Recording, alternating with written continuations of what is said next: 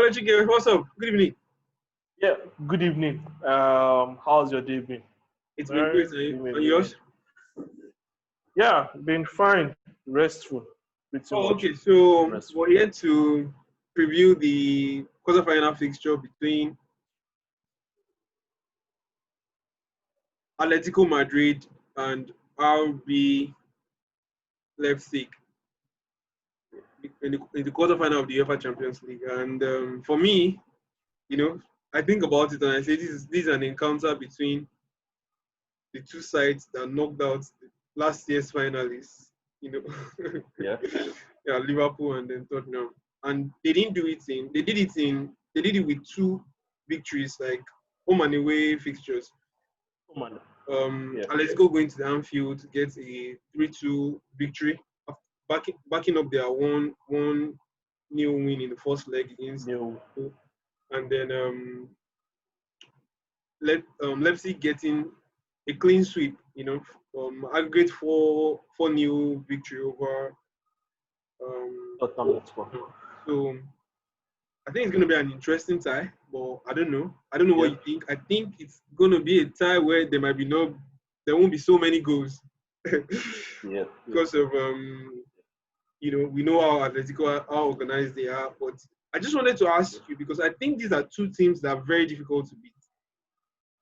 They are very Yeah. organized. You can you can Um, say yeah, two teams here, very organized, yeah, with contrasting Leipzig styles. lost four games in the Bundesliga this season.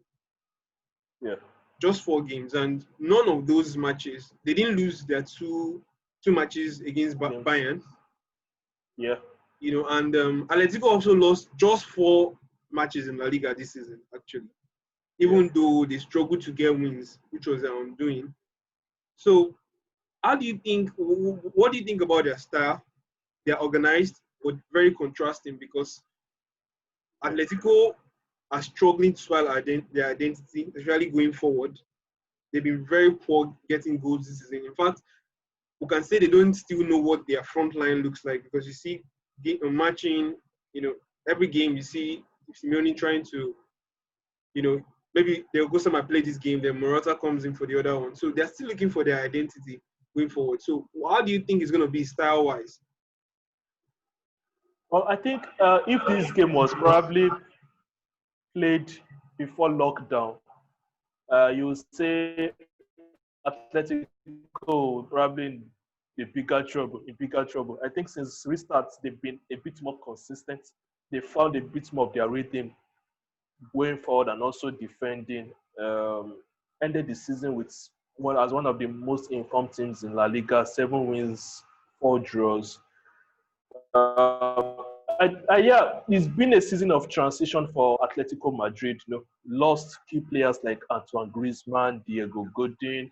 These are players that were major part of the team. A very successful Atletico side. Lost Fran and Felipe Luis. So it was always going to be a season of transition. I know Diego Simeone has always favored a much more rigid approach. Let's be combat, low blocks, defensive, counter, direct football. So bringing in players like Felix, adding to the likes of Angel Correa, Thomas Lemar, Alvaro Morata also joined. It was always going to be a more of like a transition into a different style of football, and we've seen what is brought. Atletico has been inconsistent. They've not really found their rhythm going forward. They've not scored too many goals, not got too many victories. But on their day, I think for any side, they are a match for any side, as we saw them against Liverpool, knocking them out. So for Atletico, since restarts, they've been one of the more informed sides. With Llorente, the Anfield hero, Diego Simeone has found a way to use him, not even from the defense as a defensive midfielder now, but as a second striker. So he's brought in an unexpected goal threat. I think that's one thing Leipzig will do well to be aware of. Marcos Llorente. But I think Atletico, with the format especially, it really suits. If there's one team that you say suits a one-off format, it has to be Atletico Madrid. They can really defend well, maintain those low blocks, ensure they don't keep that clean sheet, they hit you on the break, score from a set piece. They are very, very good, and mentally they look like a very strong side. So for Leipzig, yeah, also very organized. They don't concede too many goals. They are a bit more, adventurous going forward. Julian Nagelsmann has built a fantastic side. Of course, Timo Werner is going to be a massive loss for them. I'm sure they would have loved to have Werner for this kind of game. He's direct, his pacey runs, he's direct, he runs at defenders. He would have caught the likes of Savic and the Atletico defense basically will have caused them, giving them something different to think about. But now they've lost that, so they have to compensate maybe with someone like Patrick Schick or Emils Forsberg. So it's going to be, but I think Leipzig will probably have more of the ball. That's probably expected against most teams playing Simeone will probably expect to have more of the ball, but Atletico will be a threat. It's a fantastic duel of two teams with contrasting styles, and I just find that the team who can maintain that discipline, whether it's going forward or it's keeping it tight at the back, probably edge it. And yeah, it promises to be an interesting one between two managers with different philosophies or philosophy. Yeah, I agree that it's going to be very interesting. And I was looking at Atletico's record in the La Liga this season, and I was very surprised that teams like Real Sociedad, Granada,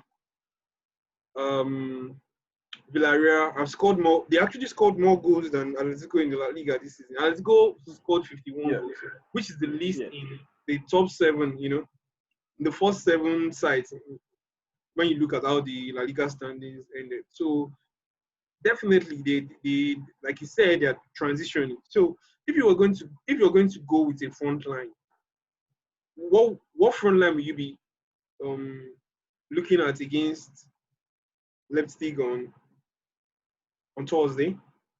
Because for me, like you said, I'm very surprised and very impressed by Marcos Llorente, the impact he has made. It's been incredible. Not even because a lot of people will remember his influence A lot of people talk about the Liverpool game, but if you watch Atletico in the La Liga after the restart, it's like a rebound for him. It's been incredible. And it is like a different player from what I knew of him when he was Real Madrid, when I thought he was maybe a little bit more defensive, and the transformation on that has been incredible. Sam is basically always been a defensive midfielder, But I don't know, Simeone has just found a way to unlock something different, playing closer to the striker, which I think it's when we saw it for the first time against Liverpool, when it came on in the extra time, I think it took the Liverpool defense by surprise rather, because they are taking off. I don't remember who started as a striker now, but they are taking him off, brought in Llorente before Morata will subsequently come on, and Liverpool was like, okay, no forward, no center forward. It gives us the impetus to go against the Atletico side. They are trailing, I think we're trailing 2-0. There was no center forward, and all of a sudden, Llorente pounces on Adrian mistake, scores. Before you know it, it's 2-2, and you're like, oh, where's this young man come out from? I mean, like a defensive midfielder playing as a second striker. Then Morata comes on and basically wins the tie for Atletico. But the damage had been done with Llorente's introduction. And that's a Diego Simeone's masterstroke. Very, very few managers would think of playing a defensive midfielder as a second forward or even as a striker. And since then, like you rightly pointed out, since the restart, he's played behind either Alvaro Morata or Diego Costa. It's almost like it's hard to leave him out now because he's even ahead of the much more of the players who you said have the number 10 as their who will call number 10 their familiar positions. He's ahead of them in the pecking order. He scores goals. His work rate is impressive. He can always drop deep, to just add steel to the midfield. And I mean, it's just brilliant from Simeone, and that's an extra weapon that Simeone has. Of course, he also had to come up with this because Felix hasn't had the best of first years. The strikers have fired a lot. Morata and Diego Costa haven't actually lived up to what most of them expected. Maybe that's something to do with Chelsea. You never know, but they've really misfired. And It's Llorente who has been that extra weapon. And yeah, brilliant from Okay, talking about Simeone. your Felix, I'm thinking that I think he's a fantastic player, but I think he has an issue with No the doubt. system Yeah. because Yeah. in Diego Simeone's side, there will most likely be a low block, and when you want to Yes. transition to attack, you most likely start deeper than you ordinarily have preferred. Yeah. As an attacker Yeah.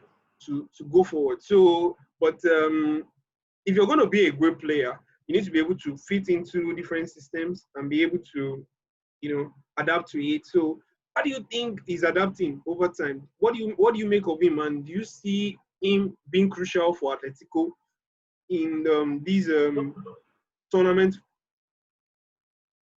That's the thing. Now, he's a fine player, no doubt about that. He's great. I think I always felt he was okay, maybe from a tactical standpoint and maybe from an organizational view, he'll probably thrive, he'll probably develop himself. It reminds me of Antoine Griezmann. When Griezmann also moved from Real Sociedad to Atletico Madrid. I don't know if too many people know that, but Griezmann was also a player that played with lots of flair, who loved to play with lots of freedom, had lots of pace. It's very hard to imagine that Griezmann had lots of pace. But when he came into Atletico, he had to understand that this system, he had to either integrate himself to the system or be left out. It was that trade. I think that's a similar dilemma that Juan Felix finds himself in. It's either he fits into the system or he finds himself out of the team. So he has to adapt for his defensive case that he is willing to improve his work rate and also can still be a goal scoring threat going forward. And that's something Griezmann did to devastating effect. And that's something the Portuguese has to learn because it's been a frustrating first year for him. I don't think Simeone hasn't, of course, he hasn't started as many games as he would have liked. And with Llorente now beginning to even show the goal scoring threat and also offer so much defensive, his playing time has reduced drastically. So he's really going to have to adapt if there's going to be a future for him at Atletico. Something Griezmann did to great effect. Okay, that takes me back to my question. So if you're going to play front line tomorrow, what are you going to play on Thursday rather?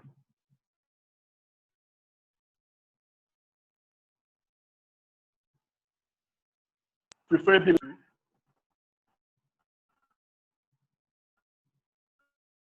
Sorry, it's breaking. I didn't get that.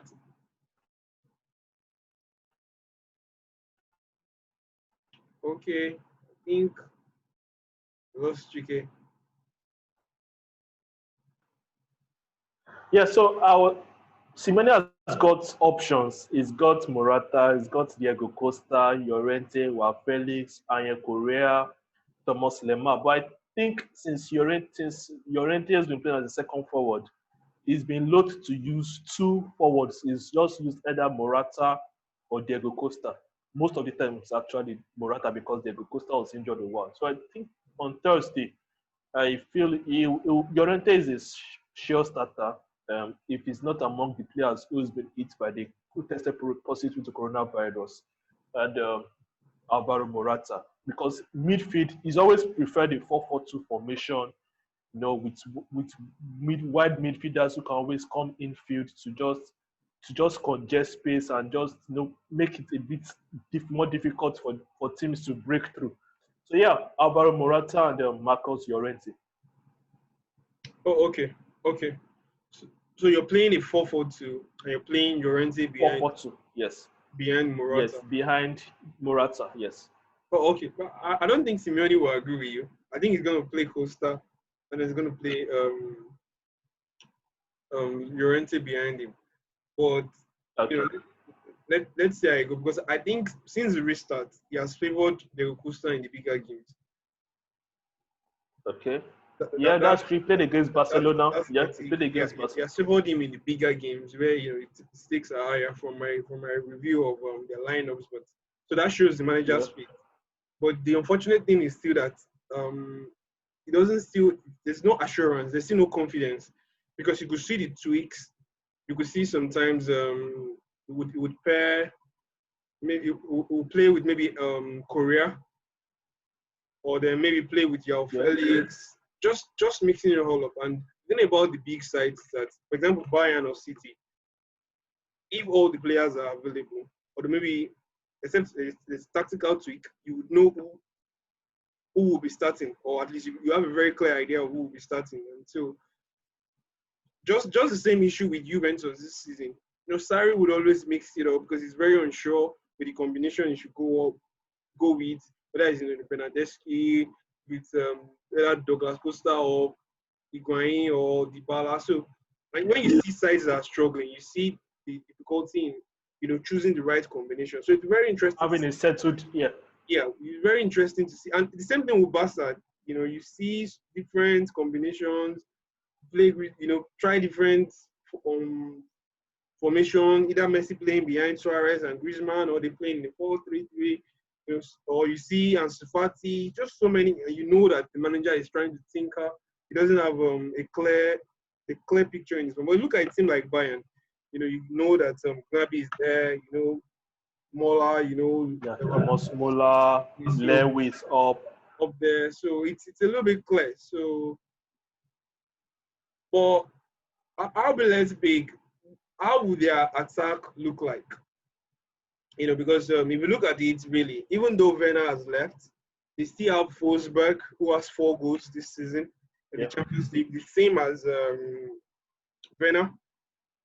And then you have Sabitzer, who has 4 goals as well, the same as Werner. So even though they will be missing they will be missing because they understand space, and then his pace, the direct approach he brings to the game, the understanding they must have built.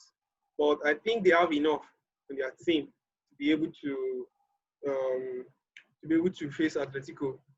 And so it's gonna be interesting. So if I'll ask you, what's your prediction? Where do you think this is gonna? Who do you see? Because looking at we've not talked about the interesting record of Diego Simeone. Well, it's not interesting because he hasn't won the Champions League. But it's interesting because only one man has been, knocking him out of the Champions League since he took charge of. One man in whatever team he is, and he's always been crucial, and that's Cristiano Ronaldo. Now Cristiano Ronaldo is gone. No one has taken him out of the way for you, for Diego Simeone. Do you think they can go all the way? Yeah, I'll fancy them. Their dark horses quite all right, but this format, like I mentioned earlier, this knockout format, I think it suits teams like Atletico. If Madrid had managed to advance past Manchester City, I'll probably have also ranked them because, if you notice since the restart, when La Liga became more of a mini tournament, a knockout format, Madrid just basically zoned in and just won almost every game. But yeah, so the mentality is different. It's 90 minutes, giving your all, get the result at all costs, move to the next stage, move to the next match. So those kind of games, always, there's no home and away. There's no away goal to fight for, just giving your all. I know Atletico Madrid traditionally, especially under Simeone, have been a dogged team. So I think, they stand a very good chance. And they are in the part of the draw where it's not as difficult as the other side. Yeah, Paris Saint-Germain is there, but we talked about Paris Saint-Germain and their checkered history in Europe, and the fact that they are also under serious burden of expectation. So yeah, if Paris Saint-Germain peradventure were to knock Paris Saint-Germain were to advance to the semi-finals and Atletico also advance, we wouldn't say Paris Saint-Germain are outright favorites against Atletico. Atletico equally has a chance of knocking them out. So yeah, draw isn't as difficult as the other side where you have Barca, you have Bayern, you have Manchester City. I think they pretty much stand a very good chance of going at least as far as getting to the final. Now, whatever happens, hopefully they don't meet the Bayern Munich, so we'll now be a repeat of the 1974 European Cup final now. So that's another team that knows how to beat them in finals, but they really stand a good chance of going far. Yeah, they do. Oh, okay. Do you think the lack of competitive football, like 5 weeks, would haunt Leipzig? I don't think so. I don't think so. If performances by of Bayern Munich against Chelsea, a very poor Chelsea, an average Chelsea side. If performance of Lyon had played just one competitive game before playing Juventus in the second leg of the Champions League, your performances are anything to go by. And even Paris Saint-Germain, I don't think it will hurt Leipzig that much. I think Yeah, Atletico to have had a few weeks they off played some friendlies. themselves. So Yeah, of course, you can't equate the competitive nature of friendly sure, matches, sure. but I don't think it will hurt them. I don't think it will hurt Leipzig much. I think the players will probably be refreshed and ready to go. Is one of you're giving in 90 minutes, 120 minutes. I mean, you're 360 minutes away minimum from glory, so you're just giving in your best. I don't think it will hurt. Okay, so what's your prediction? 2-1 Atletico. Okay, I'm going for Atletico. I think I'm going with Leipzig. Actually. Whoa! I hope I'm the octopus this year. I'm going with them. I think your predictions have been on spots, like they've been spot on recently. So I'm really scared. Atletico is getting. No. I'm thinking Atletico they're struggling. I think Leipzig will be convinced that they can get one over this Atletico side, and I think they will do it. So I'm going 1-0 to RB Leipzig. Hey. Yeah. This is so let's see how it goes. Let's see how it goes. But that's my prediction. Well, fair enough. Leipzig, if they do knock them out, they're a decent side. After they've knocked out one man who also favors defensive football. They demolished him in style. So if they do it another one, it probably won't be a surprise. Yeah, so that's it. Thank you so much for your time and yeah, it's been great. Yeah, it's been a pleasure. Yeah. Thanks a lot.